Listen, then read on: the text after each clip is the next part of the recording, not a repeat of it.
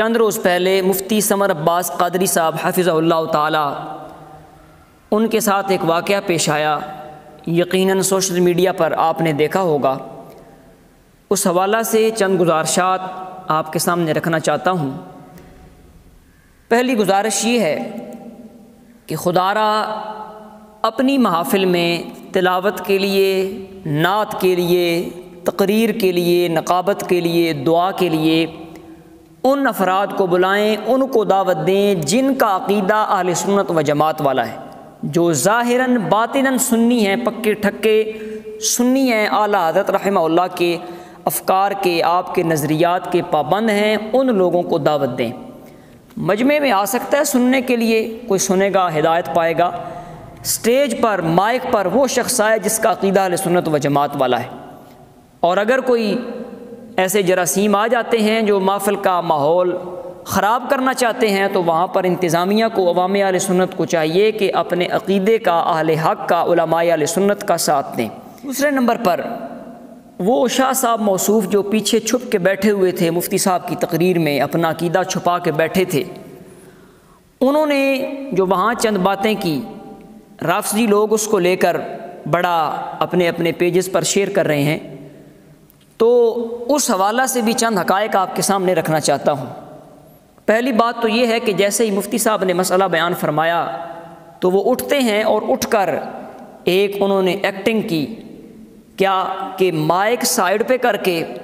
دوسرے شخص کے میرے ہاتھ سپیکر اس واسطے ہے کہ کھلی گل کیتی جائے۔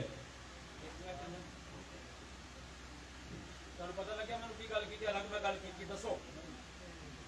کہڑے صحابی نوں پتہ لگیا کہ رسول اللہ صلی اللہ علیہ وسلم نے کہڑی گل کانچ گئی سی؟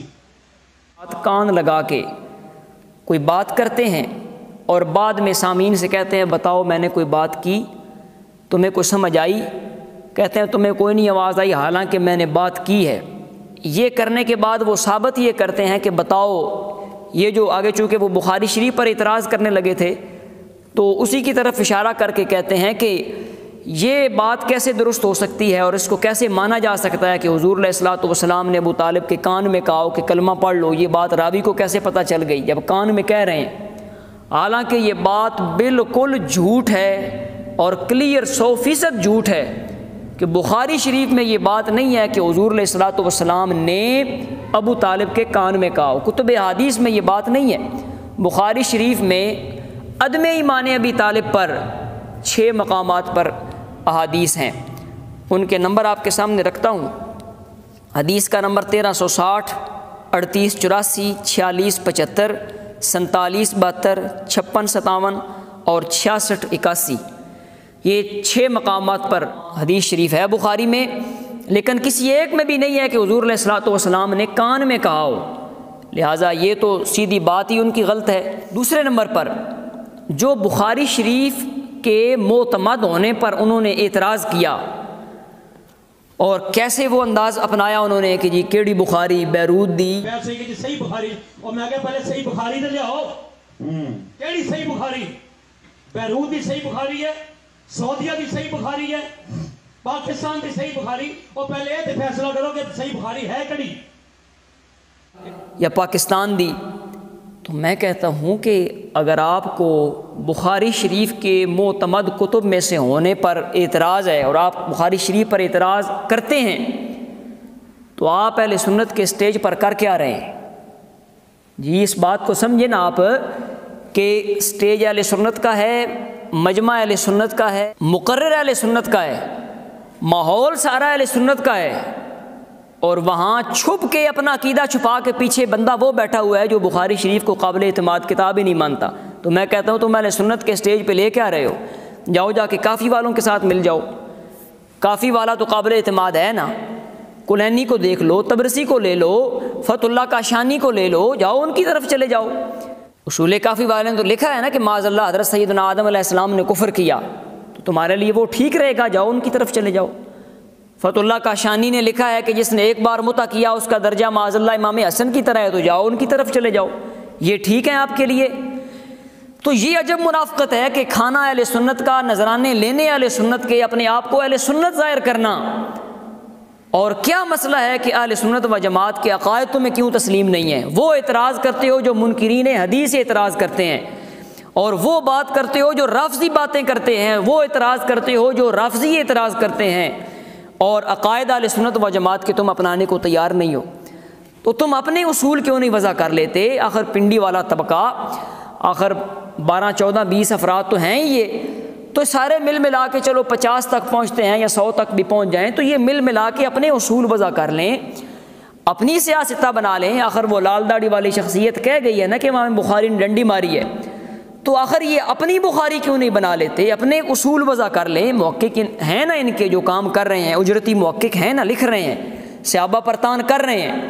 تو آخر ان کو بٹھا کر یہ کیوں نہیں اپنا اصول وضع کر لیتے؟ اہل سنت و جماعت خواہ وہ حنفی ہوں، شافعی ہوں، مالکی ہوں، حنبلی ہوں، سب کا یہ نظریہ ہے کہ اللہ تعالیٰ کے نیلے آسمان کے نیچے کتاب اللہ کے بعد اگر کوئی کتاب صحیح ترین ہے تو وہ بخاری شریف ہے۔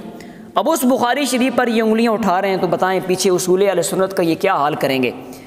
ان سے میں کہوں گا، اور ان کی فکر کے جتنے لوگ ہیں جو کہہ رہے ہیں جی بخاری کہاں کی جو وہ چھپی ہوئی ہے وہ قابل اعتماد ہے، بیروت کی مانیں، پاکستان کی مانیں، یا جو ہے وہ سعودیہ کی مانیں، تو میں انہیں ان کے رنگ میں جواب دیتا ہوں کہ جس طرح سید ہو، حضور علیہ الصلوۃ والسلام کی آل ہو، صحیح العقیدہ ہو، خواہ وہ اپنے آپ کو بخاری کہلائے، کاظمی کہلائے، مشہدی کہلائے، ہم سب کا احترام کرتے ہیں، اور اس صحیح العقیدہ سید کا ہمارے لیے احترام لازمی اور ضروری ہے، اور اس کی محبت ہمارے ایمانوں میں شامل ہے۔ ایسے ہی فرمان حضور علیہ الصلوۃ والسلام کا ہو، سند حضور علیہ الصلوۃ والسلام تک صحیح پہنچے اور یہ بات ثابت ہو جائے، تو وہ کسی کتاب میں بھی ہو، بخاری میں ہو، مسلم میں ہو، مسند امام احمد بن حنبل میں ہو، مشکات شریف میں ہو، وہ جس کتاب میں ہو، وہ فرمان حضور علیہ الصلوۃ والسلام کا ہمارے سر آنکھوں پر ہے، اور اس کا احترام کرنا، اس کو تسلیم کرنا، ماننا، یہ ہمارے ایمان کا حصہ ہے۔ ہماری طبع ٹھیک ہے، بیروت کی لیں، پاکستان کی لیں، ریاض کی لیں، تو میں ان سے بڑے ٹھنڈے دل کے ساتھ کہتا ہوں کہ آپ چاہے بیروت کی لے لیں،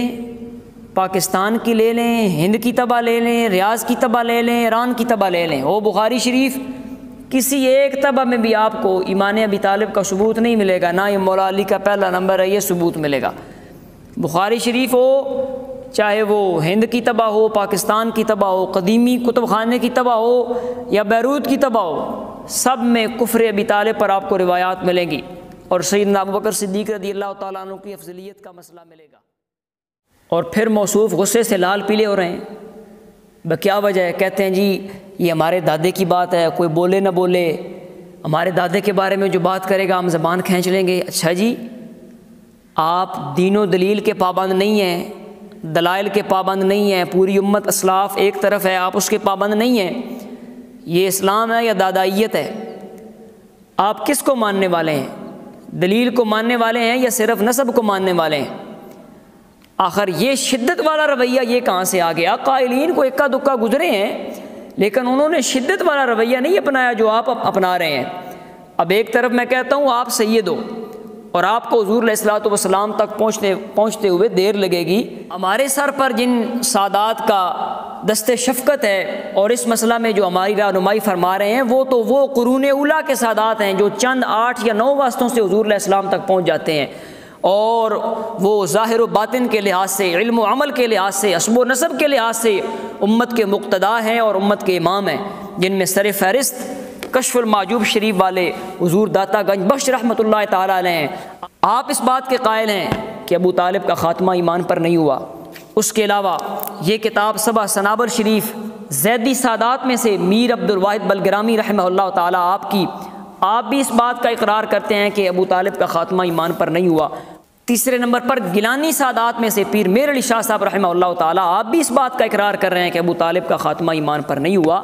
تو ایک طرف یہ سادات ہیں جو امت کے رہنما ہیں، ہم آپ کو تو چھوڑ سکتے ہیں، اور بالیقین ایسے شاہوں کو چھوڑنے میں عافیت ہے، اور یہ سادات جو امت کے امام ہیں، مقتدا ہیں، علم و عمل کے لحاظ سے کامل ہیں، ان کا دامن تھامنا اور ان کی تعلیمات کو تسلیم کرنا، اسی میں عافیت ہے، اور اہل سنت و جماعت کی اسی میں نجات ہے۔